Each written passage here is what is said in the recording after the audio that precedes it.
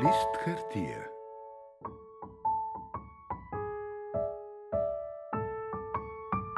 Той е той. Тя е тя. Но за сега са все още то и то. Едно момиченце и едно момченце в първи клас. Другите не ни интересуват, така че няма да ги рисуваме. Само чиновете. И черна дъска трябва да има.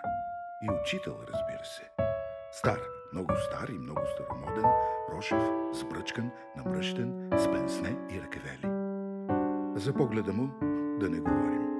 Вледеняващ. Той и то, седнали далеч едно от друго, треперят всяко за себе си, а заедно очакват задачата, която учителят ще напише на дъската. И той я написва. 1+1 е равно на...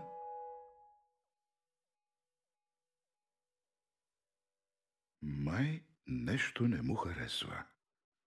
Много никаква му изглежда тази въпросителна. Мека, безлична, не стряска, не стимулира. А най-важното в една задача е отговорът, нали? Ето това е въпрос с характер.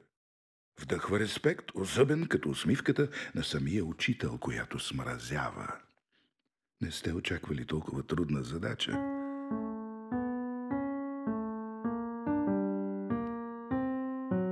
Момиченцето е в пълно неведение. А как се рисува неведение, не знам. Да, точно това е неведение. Момченцето е по-куражлия.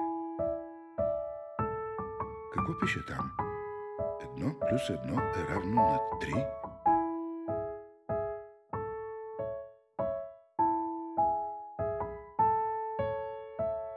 Изглежда на някого тайно му помагат.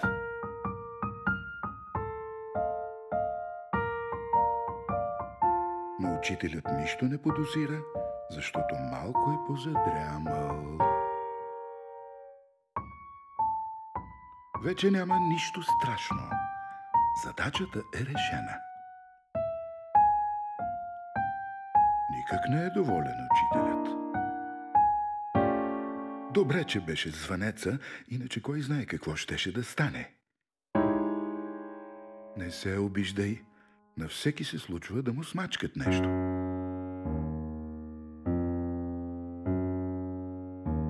Виж, той има идея. Интересно. Какво ли е намислил?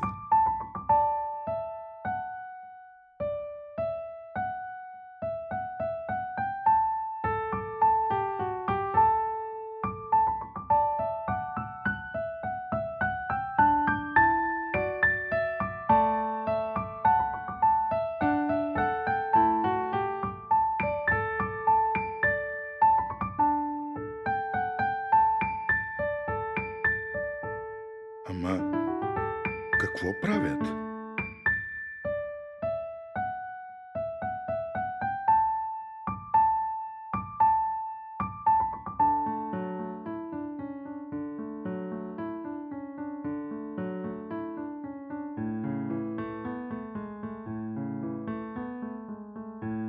Хвърчило ли?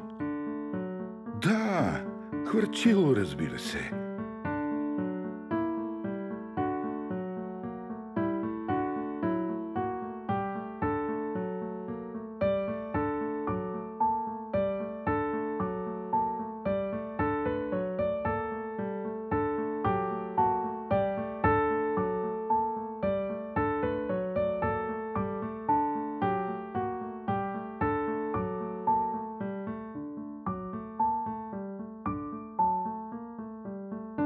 Ей, не се отплесвай. Изоставаш, а хвърчилото няма да полети без теб.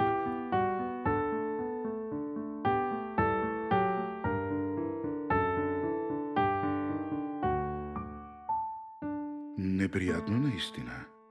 Когато вятърът падне, падат и хвърчилата и се заплитат в храстите.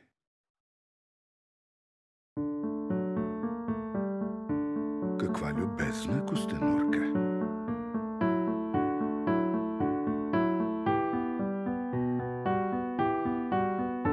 Чакай малко. Това е една наистина много умна и услужлива костенурка. костенурка, която умее да прави вятър. По-късно ще благодарите на костенурката, защото сега е много важно да не изпуснете хвърчилото. Какво е за вятъра лист хартия? Нищо. Прашинка някаква. Играе си с него както си иска. А хвърчилото мисли, че то си играе с вятъра и му е весело. Наляво, надясно, нагоре, надолу, подгонва ято връбчета. То вече е едно от тях.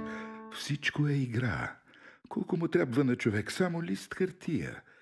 Само лист хартия ли? А какви са ония там? Змейове, дракони, опашати чудовища запълнили небето. Парад на хвърчилата, но не за всички. Къде се мутая между нас този смачкан лист? Наверно си казва драконът. Какъв е този буклук? И шут, майчице, запрати го право в устата на една ламя, бълваща огън. Бягай, спасявай си кожата. За бедното хвърчило това вече не е игра, а бягство.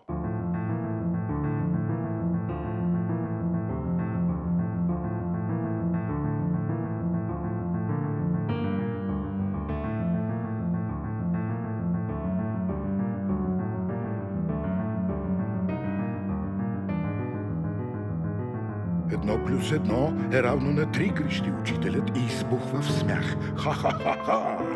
По-зле от това не може да стане. Не биваше да го казвам. Не се тревожете, деца, ще закърпим хвърчилото. След бурята винаги идва слънце. Опа! Или дъжд.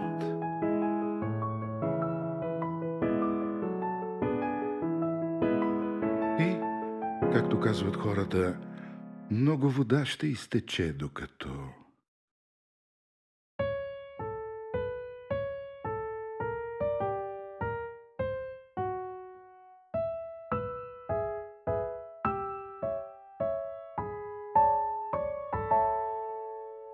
Докато едновременно с отминаващите години се променят и те, то, докато станат той и тя, все така заедно, но вече усмихнати и щастливи, защото с тях има едно ново то и вече са 3.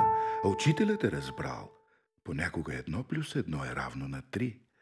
И това е верният отговор.